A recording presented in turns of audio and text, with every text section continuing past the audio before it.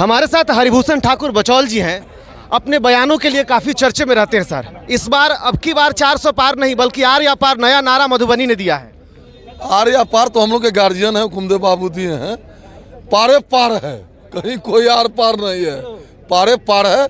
यहाँ कोई लड़ाई नहीं है।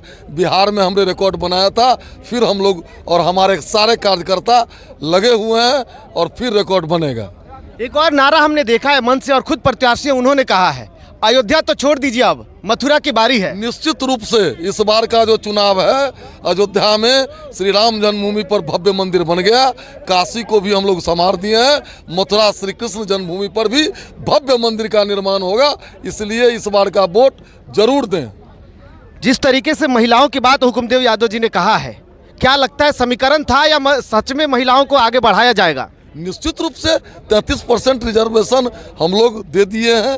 नारी बंधन शक्ति अधिनियम पास हो गया है। मर्दा मर्दी चुनाव इसी बार है, अगली बार महिलाओं के लिए हम लोग लड़ेंगे।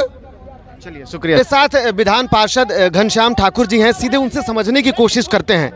सर, पूरी तरीके से गेरुआ हैं आप, तस्वीरें कैसी होंगी?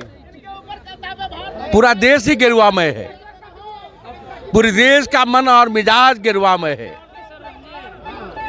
और पहली बार पहले इफ्तार पार्टी करने का होर हुआ करता था। आज नरेंद्र मोदी जी ने एजेंडा बदल दिया है, आज मंदिर जाने का होर लग चुका है। इसलिए पूरा देश तो गरिमामय हो गया है।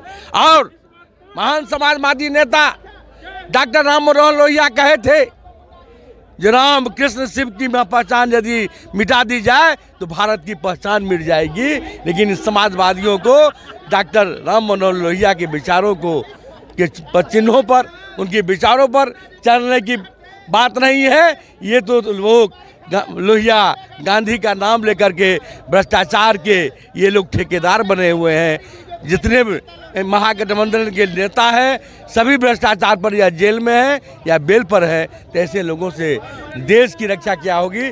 देश की जनता मजबूत हाथों में देश का विकास की करने वाले लोगों के साथ भारत की जनता पूरा राम कृष्ण और शिव भारत की का जो सांस्कृतिक धरोहर है, भारत की का जो शाश्वत सत्य है, उसके साथ भारत की जनता उस भावना को आदरणीय नरेंद्र भाई मोदी जी ने जगा दी है और भारत की जनता उन रास्ते पर चलने के लिए तैयार है।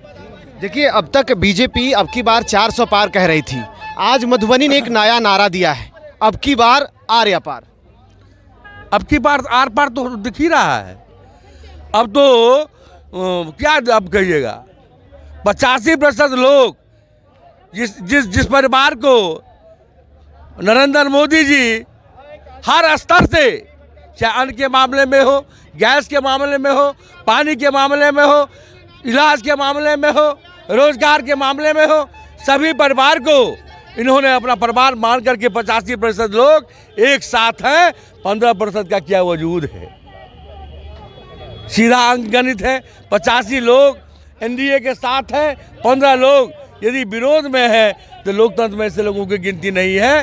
और पिछले लोकसभा चुनाव में मधुबनी की महान जनता ने 62% मतदान भारतीय जनता पार्टी एनडीए के पक्ष में दिया था। इस बार हमको लगता है जो 80% से ऊपर प्रतिशत भारतीय जनता पार्टी के पक्ष में होगा। शुक्रिया सर। तरीके से माहौल की बात की जाए अगर यहाँ पर, तो जाहिर है कि विकास तो सबसे बड़ा मुद्दा है ही, लेकिन उसके अलावा सांस्कृतिक धरोहर और मधुबनी की माटी तो वैसे ही है, ये जनक की माटी है, ये सीता की माटी है और अपने संस्कारों, अपने छवि को हमेशा बचा करके रखी है। और एक बार फिर से यहाँ नारा, एक नया नारा आ गया है, अब अयोध्या तो खत्म हुआ, अब बात कृष्ण की करेंगे, अब बात मथुरा में कृष्ण मंदिर बनेगा। फिलहाल इतना ही, नमस्कार।